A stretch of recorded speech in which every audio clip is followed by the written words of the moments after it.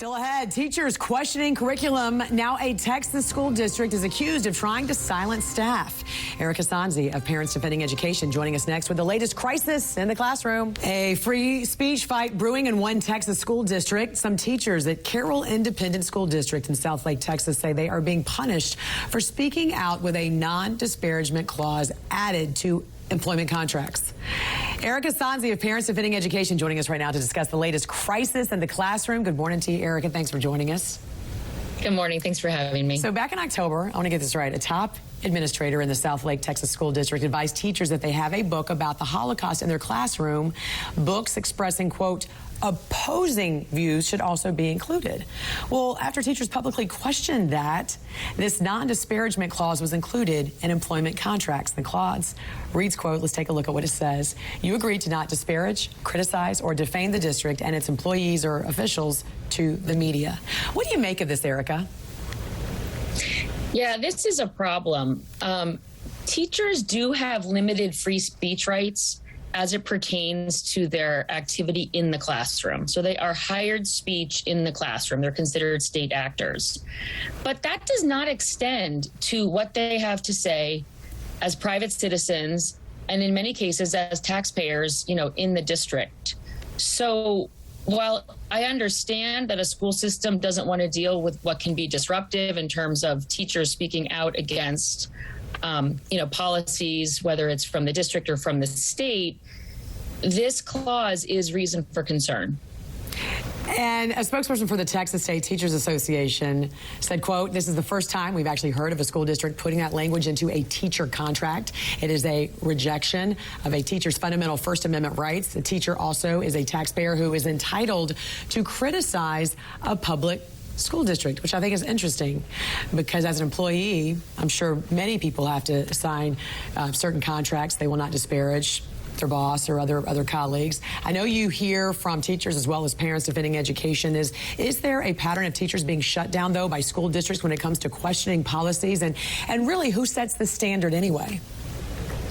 Well, what's interesting about this case is that in this particular case, the teachers were criticizing the changes. So these were teachers that were frustrated about what appeared to be efforts to bring viewpoint diversity into the classroom, though the administrator's example of the Holocaust was probably the worst possible example they could have given. Yes. So that was obviously very dim-witted and made this worse.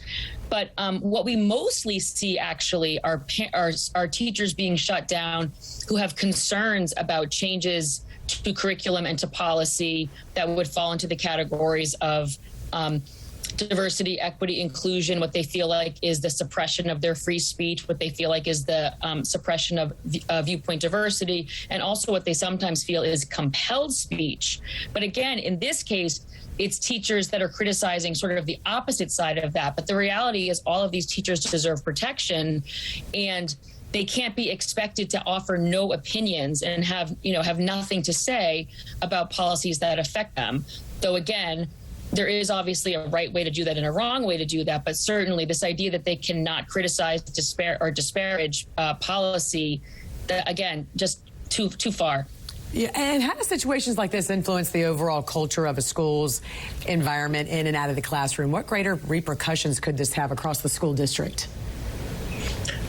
I mean, certainly, again, it causes people to feel like their speech is being chilled, or it causes people to feel that if they are to raise concerns about a policy change, or in this case, right, like if they are to raise concerns about an administrator who clearly said something stupid, it leads them to worry about what that's going to mean for their employment and what that, and are they putting themselves at risk? One important distinction, by the way, is that many people watching probably do sign non-disparagement agreements and clauses, but those are with private entities. In this case, we are talking about a public school district, and that does make this different. So if a teacher feels like they are being silenced or punished for questioning curriculum, what should they do? I mean, I always think that the best thing to do is to go to your, to go to your direct supervisor, hoping that you have a good relationship there, to go to your principal, to potentially talk to your superintendent. But if and when you find that falling on deaf ears and you really do feel as though your rights are being infringed upon, then you can look to outside organizations, whether that's an organization like mine, Parents Defending Education. We mostly focus on parents, but we do hear a lot from teachers, or other organizations out there that are really working to help protect free speech, at this time of sort of hyperpolarization in the schools. Erika Sanzi, great to see you this morning. Thanks for joining us here on the National Desk. We appreciate it.